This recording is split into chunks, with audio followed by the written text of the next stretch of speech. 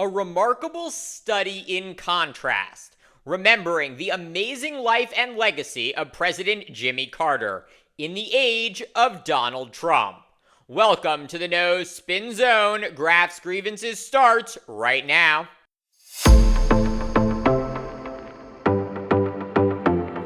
Jimmy Carter, the 39th President of the United States, passing away at his home in Plains, Georgia on Sunday night at 100 years old.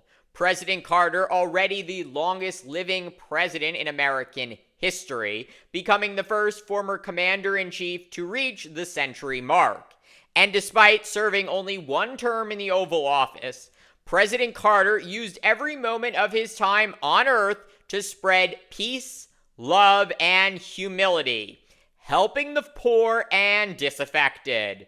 In the decade since he left the White House, Carter used his own hammer and tool belt to help build, renovate, or repair almost 5,000 homes in 14 countries for Habitat for Humanity. Rather than focus on making money in his post-presidency, as every former president now does, Carter dedicated himself to promoting peace, combating disease, and tackling social inequality. He successfully launched an effort to eliminate guinea worm in Africa, a disease that affected 3.5 million people a year when he started, but was detected just 7 times in 2024. Carter also used his good name to help monitor democratic elections across the globe and mediate conflicts stretching from Asia to the Caribbean, always with a focus on improving public health and human rights. The former president even securing the release of an American held hostage in North Korea and becoming just one of 4 American presidents to ever receive the Nobel Peace Prize. Carter also wrote 32 books, won a Grammy, and regularly taught Sunday school at a little Baptist church in Plains, Georgia. To the reported dismay of some of his successors, Carter did not bite his tongue with respect to them. He spoke out regularly against Donald Trump, calling him a, quote, disaster, saying he would overturn all of Trump's policies, from Trump's trade wars to Trump's insistence on building a border wall. When asked about his support for Trump's impeachment, the former president said, quote, my advice to Trump would be to tell the truth for a change.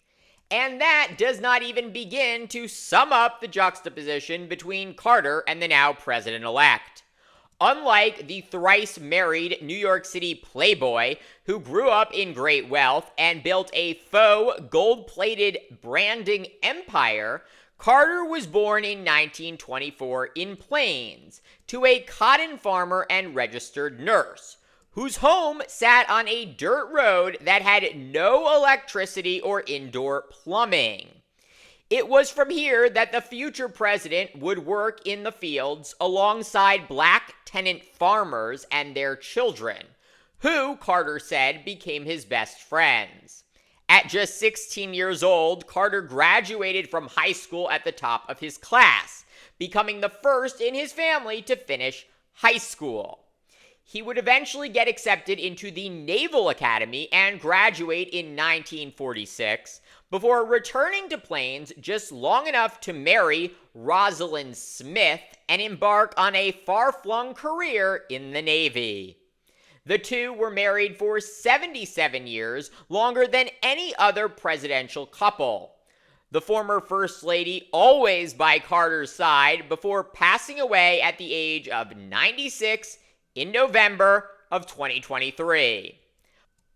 Following the death of his father in 1953, Carter and Rosalind, along with their now 4 children, returned to Plains to run the family's peanut warehouse and processing plant. The business was nearly bankrupt, but thanks to Rosalind's accounting and both of them working long, tireless hours, the Carters built a very profitable business. It was from here that Jimmy would launch his first campaign for governor of Georgia, packing his kids into the car and campaigning across the southern state. Carter would lose his first bid, coming in third in a six-man race. But 4 years later, in 1970, Carter scored an upset win against former Governor Carl Sanders, portraying himself as a rural populist right off the peanut farm. And Carter, as always, was true to his word, standing in front of the Capitol and proclaiming in his inaugural address, quote, "I say to you, quite frankly, the time for racial discrimination is over." That declaration shocking Georgians and the world after Carter promised on the campaign trail to invite Alabama's well-known segregationist governor, George Wallace, to the governor's mansion in Atlanta. Before summer, Carter was on the cover of Time magazine, hailed as the epitomization of the, quote, New South. And just 4 years after winning the governor's mansion, Carter announced he was running for president. The political chattering classes thought he was nuts. President of what, they asked. But Carter correctly read the pulse of the country. The American people were more than ready for an outsider, promising that he would never lie. After the disastrous Watergate scandal and President Gerald Ford's subsequent pardon of Richard Nixon. On November 2nd, 1976, Carter defeated Ford by 2 points in the popular vote and 297 Electoral College votes to 240. And while I will not use this space today to litigate the Carter presidency, I think there is very good reason to believe that history will judge his tenure in the Oval Office far more favorably than it has been thus far. President Carter was a visionary who successfully worked to prepare America for the future. With Congress, he created the Department of Energy and cut America's oil imports by half, even installing solar panels on the roof of the White House. In addition, Carter named 57 minority judges and 41 female judges to the federal judiciary during his single term, more than all previous presidents combined. One of those judges was Ruth Bader Ginsburg, whom Carter nominated to the U.S. Court of Appeals for the D.C. Circuit. Carter also appointed the first black woman to serve in a presidential cabinet. But keeping with his promise to be, quote, a conservative progressive, Carter also cut taxes, eliminated price controls, deregulated the trucking, airline, and cable television industries, and vetoed bills for public works and the military that he deemed inflationary.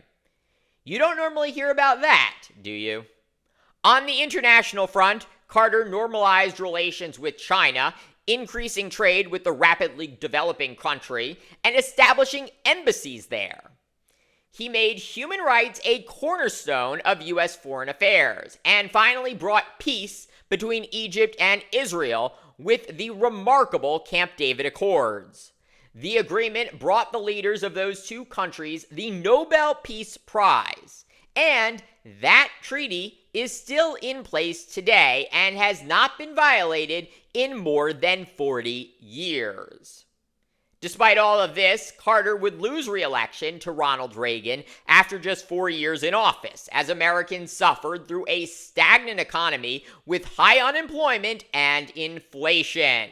Carter was also not helped by his inability to free the 52 Americans taken hostage from the U.S. Embassy in Iran during his final year in office. The day Carter left the White House, the hostages were released. And at 56 years old, Carter was no longer the most powerful person in the world and out of a job. He returned with his wife to Plains, where, rather than retiring or signing a deal with Netflix, Carter set about finding ways to continue to give back to the world, becoming a global humanitarian, an author, and professor. And that is why President Carter is so admired.